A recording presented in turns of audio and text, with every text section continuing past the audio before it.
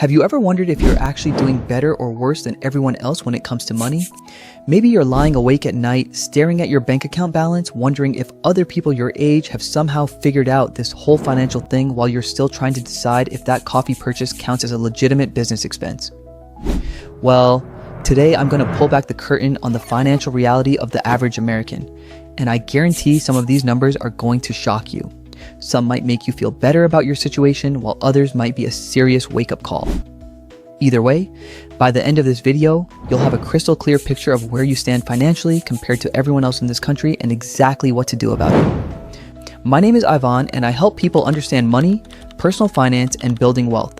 If you're interested in getting your finances on track and maybe even getting ahead of the pack, make sure to subscribe to the channel and hit the like button if this information helps you out. Before we dive into these eye-opening statistics, let me ask you something. If you're trying to get in shape, wouldn't you want to know what the average person weighs or how much they exercise? If you're trying to improve your career, wouldn't you want to know how you compare to other professionals in your field? Money works exactly the same way. When you understand where you stand compared to everyone else, you can make more informed choices about your spending, saving, and investing. So let's pull back the curtain on what normal actually looks like.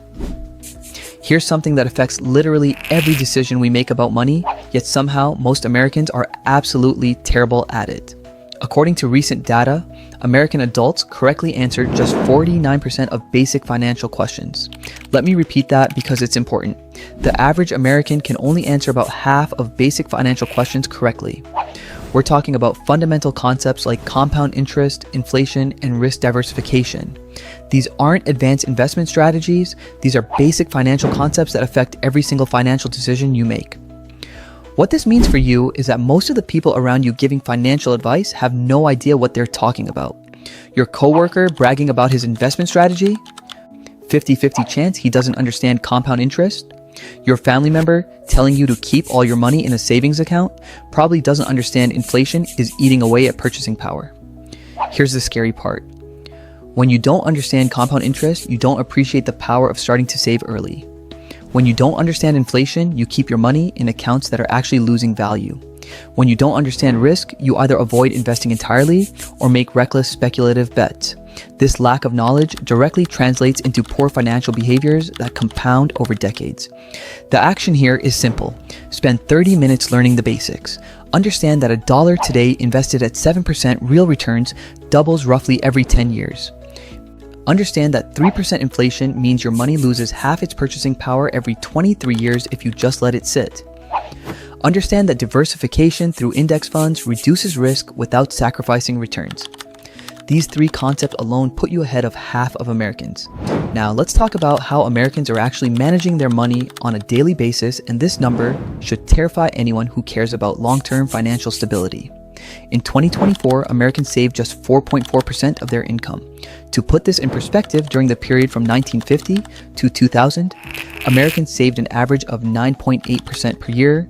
That means current savings rates are less than half of what was considered normal for 5 decades. What makes this particularly devastating is that saving less than 5% of your income makes it virtually impossible to build any meaningful wealth over time.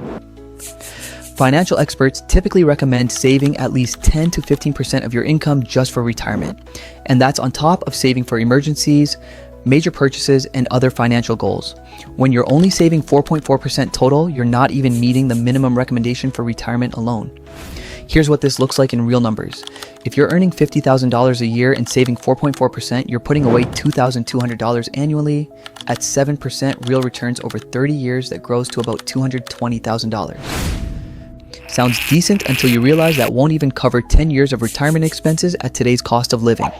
Meanwhile, if you save 15% of that same $50,000 salary, you're putting away $7,500 annually, which grows to about $750,000 over 30 years. That's the difference between barely scraping by in retirement and actually having options. The move here is to increase your savings rate by just 1% every 3 months. You won't even notice the difference, but over a year, you've added 4% to your savings rate. In 2 years, you've nearly doubled it from 4.4% to 12.4%. That single change compounds into hundreds of thousands of dollars over your working lifetime. Here's where things get really scary. 27% of Americans don't have an emergency fund at all. Zero set aside for when life inevitably throws them a curveball. But wait, it gets worse. Nearly 56% couldn't cover a $1,000 emergency expense with cash or savings. $1,000. That's not buying a yacht. We're talking about the cost of a modest car repair, a minor medical procedure, or replacing a broken appliance. 6 out of 10 Americans can't handle this without going into debt. Now, here's the part that should keep you awake at night. 59% of Americans had an unexpected expense pop up in the past year. So we've got a situation where the majority of people face surprise expenses annually, but only 41% have the savings to handle even a modest $1,000 emergency. It's like watching a slow motion train wreck where everyone can see what's coming, but nobody seems able to stop it. What this means psychologically is profound. When you have zero buffer between you and disaster, you operate from a place of constant stress. Your cortisol stays elevated, you make worse decisions, you avoid necessary spending like preventive healthcare or car maintenance, which creates bigger problems later. You can't negotiate at work because you need every paycheck. You're essentially trapped in survival mode. The path out starts with one number: 3 months of bare bones expenses. Not your current lifestyle, your absolute minimum. Rent or mortgage, basic food, utilities, insurance, minimum debt payments.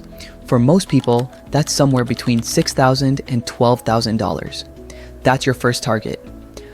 Once you hit that number, your entire psychology shifts. You're no longer one emergency away from catastrophe. You can breathe. You can think. You can make better decisions. Here's how to build it. Take 10% of every paycheck and route it automatically to a separate high-yield savings account you don't touch.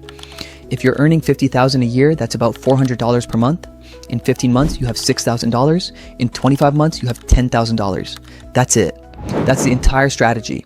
Automate it and forget about it until you need it. Now let's talk about the financial weapon Americans are pointing directly at their own future. Americans now owe a record $1.23 trillion in credit card debt. That's more than the entire GDP of most countries. We're talking about money that Americans are actively paying interest on, typically at rates between 15 and 25% annually.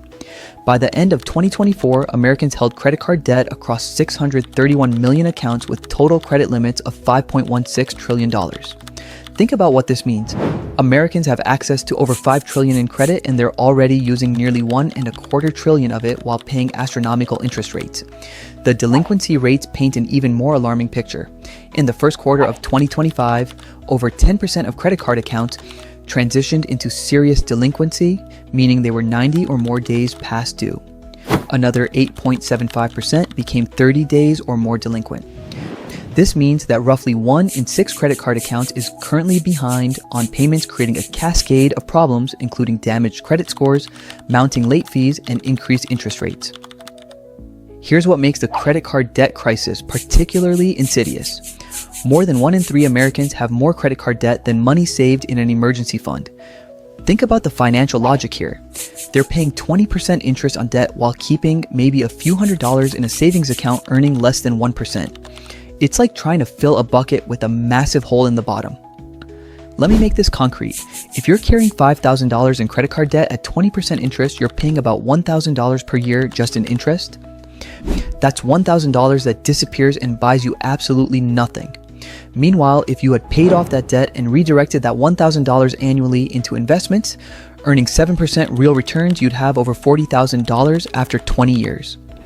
That single $5,000 balance is costing you $40,000 in future wealth. The move here is brutally simple but not easy. List every credit card balance and interest rate, or attack the highest rate card first while making minimum payments on the others. Every extra dollar goes to that one card until it's gone.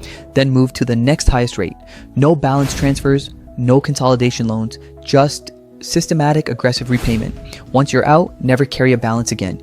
Use credit cards for rewards and convenience, but pay in full every month. If you can't afford to pay it off in full this month, you can't afford to buy it. Here's one of the most alarming statistics about American financial life. Nearly half of all Americans, 49%, are living paycheck to paycheck. This means that if they miss even one paycheck, they would be unable to meet their basic financial obligations. They have no buffer, no safety net, no room for error. They're essentially one emergency away from financial disaster. What makes this statistic even more devastating is that it cuts across income levels in ways that might surprise you. This isn't just minimum wage workers struggling to get by. We're talking about people earning decent salaries who have somehow managed to inflate their lifestyles to consume every penny they bring home. They're driving cars they can't afford, to houses they can't afford, eating at restaurants they can't afford, all while convincing themselves that they're living the American dream. Here's the psychology behind this trap. It's called lifestyle inflation, and it happens automatically unless you actively resist it. You get a raise at work, and instead of banking that extra money, you immediately find ways to spend it. A nicer apartment, a better car, more expensive restaurants. Before you know it, you're earning more money than ever before, but somehow have less financial security than when you were making half as much. This pattern explains why high earners often struggle just as much as lower earners when it comes to building wealth. The contrast between paycheck to paycheck living and having even modest savings is profound. Rich Richard earns $60,000 per year. He saves 12%, which is $7,200 annually. His fixed costs for housing and transportation total about 50% of his take-home. He pays his credit cards in full every month. He maintains a 6-month emergency fund. He invests consistently in broad index funds. Meanwhile, poor Peter also earns $60,000 per year. He saves 4%, which is $2,400 annually. His fixed costs for housing and transportation consume about 65% of his take-home. He carries $4,000 in credit card debt at 19% interest. He has 1 month of expenses saved. He doesn't invest consistently. Fast forward 15 years. Rich Richard has about $150,000 in investments, plus a fully funded emergency fund. He has options. He can change jobs. He can start a business. He can take a sabbatical. He has what I call walking away money. Poor Peter has about $30,000 in investments, still carries credit card debt, and lives one emergency away from crisis. He's trapped in his job. He can't take risks. He has no leverage. The difference wasn't income, it was behavior. The action here is to cap your housing plus transportation costs at 50% of your take-home maximum. If you're spending more than that, you're setting yourself up for paycheck to paycheck living, no matter how much you earn. Find a cheaper place, get a cheaper car, move closer to work, or earn more money. Those are your only levers. So there you have it. The average American is financially illiterate, saving less than 5%, drowning in credit card debt, living paycheck to paycheck, and one broken appliance away from disaster. But here's the thing that should give you hope. Now that you know what average looks like, you can choose to be anything but average. Understanding these statistics isn't meant to depress you.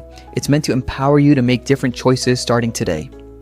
You don't need to be perfect. You don't need to become a finance expert overnight. You just need to be better than average, and the bar for average is shockingly low. Start with one move.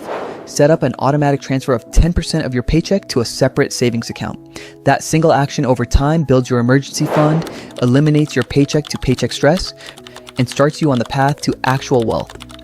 Everything else flows from that one decision. You're not trying to become rich overnight. You're trying to become the kind of person who keeps money instead of letting it slip through your fingers. That identity shift changes everything.